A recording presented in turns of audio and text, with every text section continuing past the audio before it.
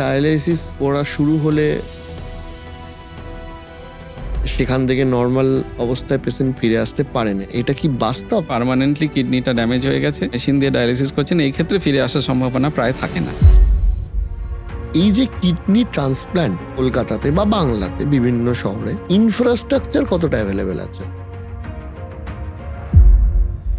Kidney transplant হয়, এই total অপারেশনটার timing কিরকম থাকে, মানে কতক্ষণ লাগে? সব মিলিয়ে মোটামুটি যদি আনকমপ্লিকেটেড জিনিসটা হয় ধরে নিন 4 থেকে 5 ঘন্টা।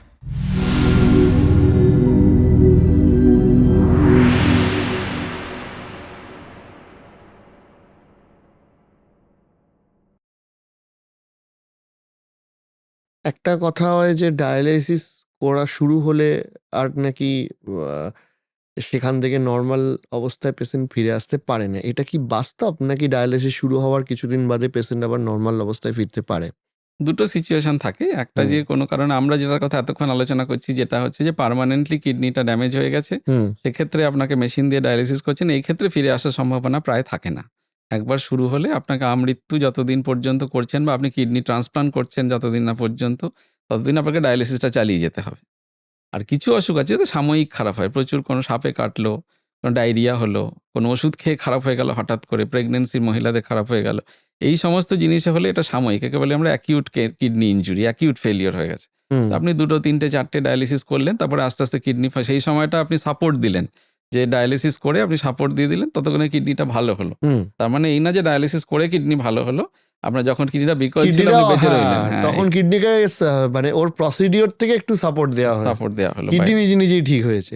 এবার ধরুন ডায়ালিসিসের পর কারোর পার্মানেন্ট মানে কিডনি খারাপ হয়ে গেল, তখন আজকের ডেটের বিজ্ঞান অনুযায়ী শেষ অপশন কি আছে? শেষ অপশন মানে কিছু নেই। আগে তো এটাকে শেষ বলে ভাবা হতো, অসুখটার নামই ছিল ক্রনিক রেনাল ফেলিওর। তো সবাই বললো না, এটা ফেলিওর কি করে হবে, it is a disease, it can be treated. তো এখন তার নাম হয়েছে ক্রনিক কিডনি ডিজিজ, যার সেরা অপশন শুরু থেকেই যেটা হচ্ছে সেটা হচ্ছে কিডনি ট্রান্সপ্লান্টেশন। অর্থাৎ আমরা এতক্ষণ বলছিলাম যে আমরা নেচারের তৈরি অর্গানের বিকল্প একটা মেশিন তৈরি করেছি, এটা মানুষ তৈরি করেছে।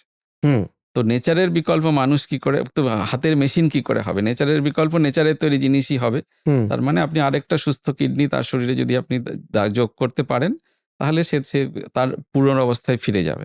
এই কাজগুলোই আমরা করি কিসের জন্য? বেশি দিন বেঁচে থাকার জন্য, ভালোভাবে বেঁচে থাকার জন্য, রিপোর্ট যাতে নর্মাল থাকে, এইগুলোর জন্য। এই 3টেই পসিবল হবে যদি আপনি ট্রান্সপ্লান্ট করেন। এই 3 ডায়ালিসিসের থেকে অনেক বেশি।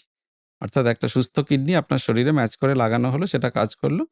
একটা জোক বা মজা ভারতবর্ষে আছে। আইফোন একবার লঞ্চ হয়েছিল এবং একটি অনলাইন সেলিং প্ল্যাটফর্মে এটি কমেন্ট খুব ভাইরাল হয়েছিল। তখন একজন কমেন্ট করেছিল যে এই আইফোনটা কেনার জন্য আমি আমার একটা কিডনি বেচে দিতে রাজি আছি। তো সেই সূত্র ধরে আমি আপনাকে জিজ্ঞেস করছি যে এই যে কিডনি ট্রান্সপ্ল্যান্ট, এই কিডনি ট্রান্সপ্ল্যান্টের ক্ষেত্রে খরচা কত, প্রসিডিওর কি, এবং আমাদের শহর কলকাতাতে বা বাংলাতে বিভিন্ন শহরে ইনফ্রাস্ট্রাকচার কতটা অ্যাভেলেবেল আছে? শেষ থেকে শুরু করলে ভালো, ইনফ্রাস্ট্রাকচার তো অ্যাভেলেবেল আছে, আমাদের ভালো ভালো সেট আপ আছে, বড় বড় সার্জেন আছেন, ভালো ইনফ্রাস্ট্রাকচার আছে। এবং আমরা তো ভারতবর্ষের মধ্যে আমরা 3 নম্বর স্টেট যারা আমরা কিডনি ট্রান্সপ্লান্ট করে থাকি আর কি। তো এটা বেশি আর কি, ভালোই ইনফ্রাস্ট্রাকচার নিয়ে কোনো ইস্যু নেই। 2 হচ্ছে যে খরচের ব্যাপারটা, অ্যাজ ইউজুয়াল কলকাতা যেরকম অন্য শহরের তুলনায় কম খরচ সাপেক্ষ শহর সমস্ত পার্সপেক্টিভে, সেরকম কিডনি ট্রান্সপ্লান্টের ক্ষেত্রেও এই খরচ অন্যান্য শহর থেকে কম। এবং সরকারি সাহায্য প্রচুর আছে, যারা এই ট্রান্সপ্লান্টে তারা হাত ঢেলে ট্রান্সপ্লান্টে সাহায্য করেন। ঠিক আছে, এনজিওস আছে অনেকে। এবার কিডনি প্রতিস্থাপনের জন্য তো পিভটাল জিনিস হচ্ছে কিডনি ডোনার। এটা ঠিকই, কাউকে এটা দিতে হবে, তবেই না পাবেন, ওটা তো তৈরি হচ্ছে না ল্যাবে। তো ওইটা দেওয়ার ক্ষেত্রে ডোনেশনের একটা সিস্টেম থাকে। ডোনার যদি থাকে, বাকি খরচা বিভিন্ন স্তর থেকে যেরকম ভাবে আসে, সেটা আর আমরা কোনোদিন কোনো ট্রান্সপ্লান্ট আটকাতে দেখিনি, যারা ডোনার অ্যাভেলেবেল আছে। যেটা ভাইরাল হয়েছিল সেটা কিন্তু ভালো জিনিস নয় আর কি। ঠিক আছে, আইনগত দিক থেকেও সেটা খুব খারাপ জিনিস, নীতিগত দিক থেকেও খুব খারাপ। ঠিক আছে, তো সেইটা না করা উচিত আর কি। ডেফিনেটলি আমি একটা জিনিস জিজ্ঞেস করছি যে মাঝে মাঝে আমরা সিনেমা বা সিরিয়ালে দেখি যে হাজব্যান্ড ওয়াইফকে কিডনি দিয়ে দিয়েছে, ওয়াইফ হাজব্যান্ডকে কিডনি দিয়ে দিয়েছে, বিভিন্ন গল্প কথা। বাস্তবে আমার অবশ্যই এমন কারোর সাথে ব্যক্তিগতভাবে আলাপ হয়নি যে হাজব্যান্ড ওয়াইফকে দিয়ে দিয়েছে বা ওয়াইফ হাজব্যান্ডকে দিয়ে দিয়েছে। এইটা কি সম্ভব? কিডনি যেহেতু দুটো থাকে, যে একটা জীবিত মানুষ তার একটা কিডনি আরেকজনকে দিয়ে দিলেন। হ্যাঁ, সেটা তো কিডনির ক্ষেত্রে একটা বিউটি বটে যে দুটো হুম। আছে, একটা আপনি দিতে পারেন। সেটা ডোনেশন অবশ্যই করতে পারেন। হাসব্যান্ড ওয়াইফকে, ওয়াইফ হাসব্যান্ডকে, তো খুব কমনলি হয়। আচ্ছা, কমনলি এটা বলতে কমনলি হয়। হ্যাঁ, কমনলি হয় এবং সেক্ষেত্রে কিন্তু একটা জেন্ডার ডিসপ্যারিটি খুব আছে। মানে ধরে নিন যারা দিচ্ছে তাদের মধ্যে ৮০% কিন্তু মহিলা। অর্থাৎ স্ত্রী স্বামীকে দিচ্ছেন। ঠিক আছে? এবং যারা নিচ্ছেন তাদের মধ্যে কিন্তু ৮০% পুরুষ। অর্থাৎ বাড়িতে মহিলাদের ট্রান্সপ্লান্ট প্রয়োজন হলেও তাদের ক্ষেত্রে তাদের স্বামীরা কিন্তু এগিয়ে এসে কিডনি দেন না। খুব কম হুম। ক্ষেত্রে দেন। আচ্ছা। সেক্ষেত্রে তার মা দেয়, বোন দেয়। অতএব এখানে কিডনি ট্রান্সপ্লান্টেশনের ডোনেশন এবং রিসেপশন দুটোর ক্ষেত্রেই কিন্তু ভয়ঙ্কর জেন্ডার ডিসপ্যারিটি আছে। এটা আমাদের এখানে না, সারা পৃথিবী জুড়ে আছে। মানে সারা পৃথিবী জুড়েই দেখা যাচ্ছে যে যখন নিকটাত্মীয়দের বাঁচানোর প্রশ্ন প্রশ্ন আসে, আসে তখন তখন মহিলারাই বেশি ঝাঁপিয়ে পড়বে। ঝাঁপিয়ে পড়েন। কিন্তু মহিলাদের বাঁচানোর জন্য যে তার নিকটাত্মীয় পুরুষেরা আসেন তা না।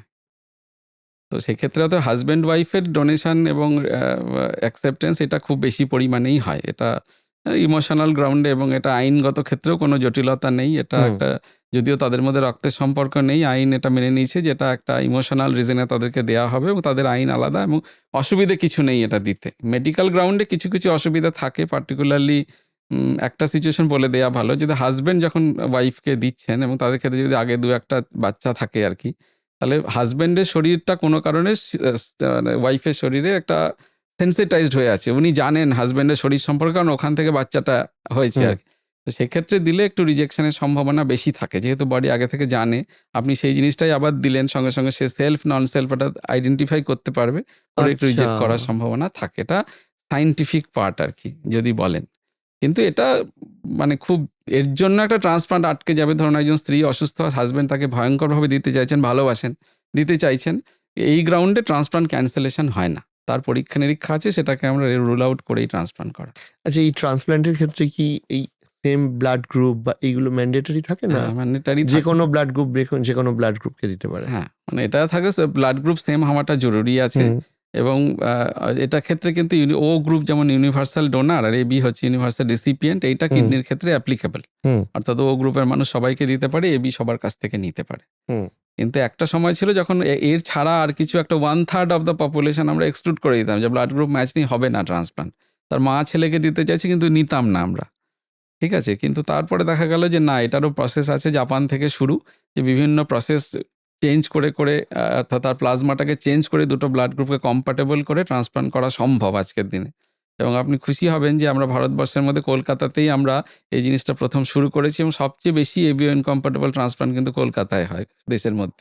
এই যে ধরুন যখন কিডনি ট্রান্সপ্ল্যান্ট হয়, এই টোটাল অপারেশনটার টাইমিং কিরকম থাকে? মানে কতক্ষণ লাগে?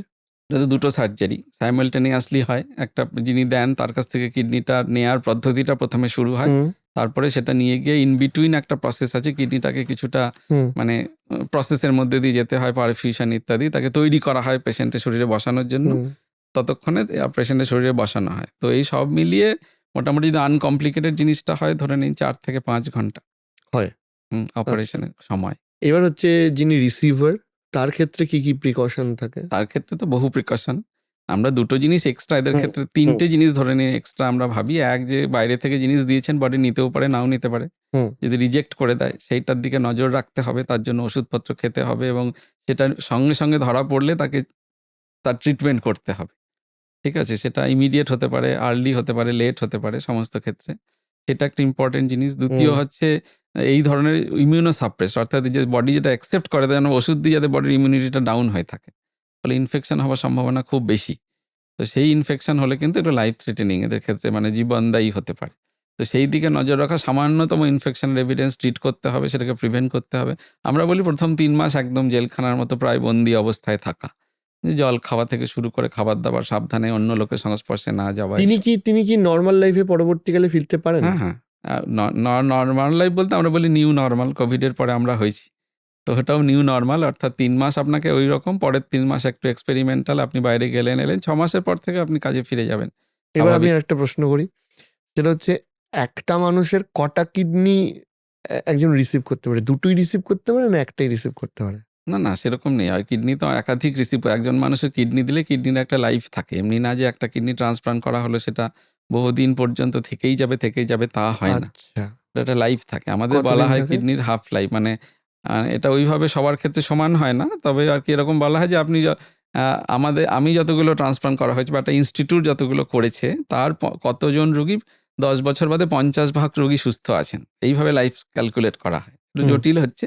তবে এভারেজে যদি বলেন একটা কিডনি মোটামুটি ১০ থেকে ২৫ বছর এরকম থাকে।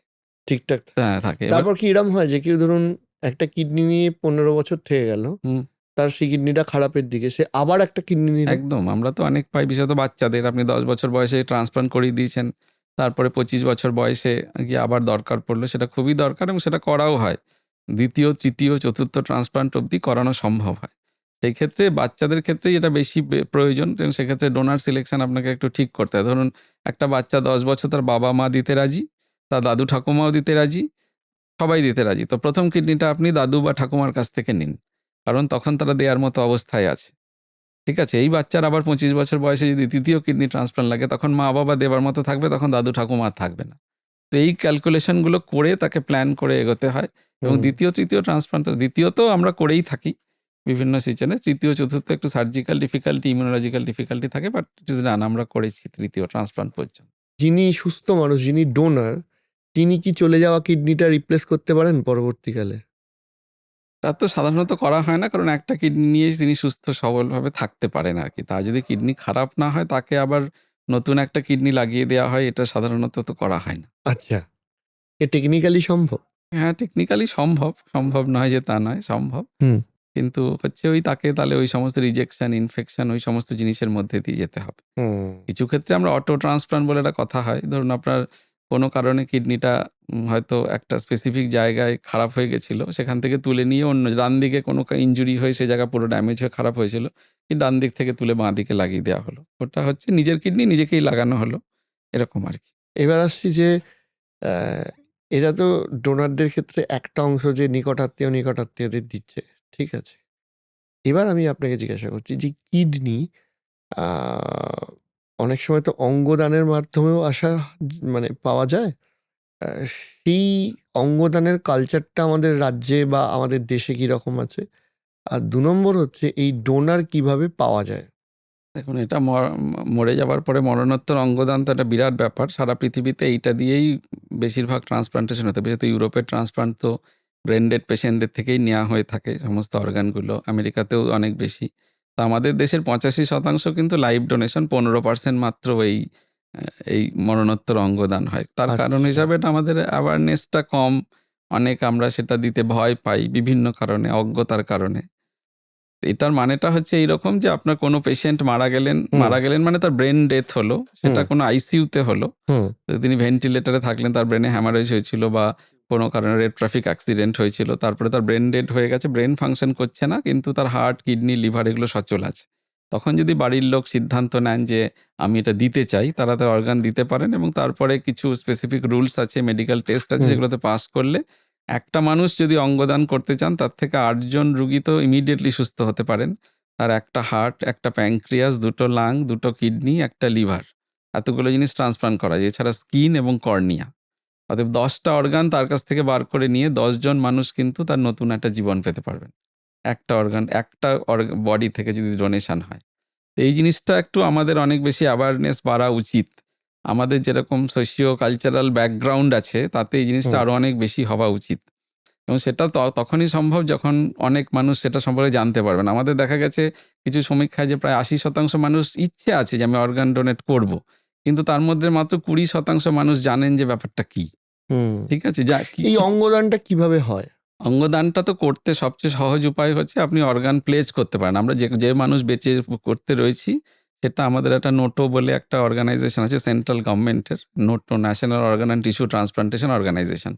তো সেইখানে একটা ফর্ম পাওয়া যায়। নোটোর ওয়েবসাইটে ফর্ম 7, সেখানে গিয়ে আপনি ফিল আপ করে বললেন আমি আমার যদি কোনো পরিস্থিতিতে আনফরচুনেট বা ফরচুনেটলি আমার মৃত্যু যদি কখনো আইসিইউতে হয় এবং ডাক্তাররা মনে করেন যে আমার ব্রেন ডেড হয়ে গেছে, আমি অর্গান ডোনেট করার আর্জি জানিয়ে গেলাম।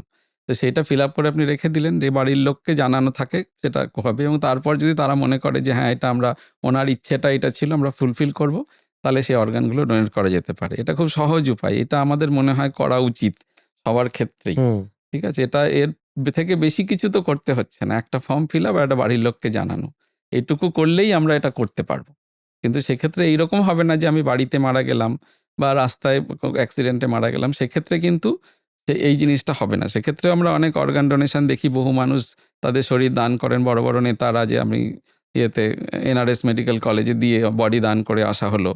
সেটা হচ্ছে আলাদা জিনিস। এই মৃত্যুর পর অঙ্গদান সেটা কিন্তু ব্যবহৃত হবে শুধু পরীক্ষা-নিরীক্ষা এবং মানে অ্যানাটমির কাজে, অ্যানাটমিক্যাল রিজনে। অ্যানাটমি। সেই অঙ্গদান কিন্তু এই অঙ্গদান নয়। হুম। এই অঙ্গদান হচ্ছে ওটা দেহদান। ওটা দেহদান, এক্সাক্টলি।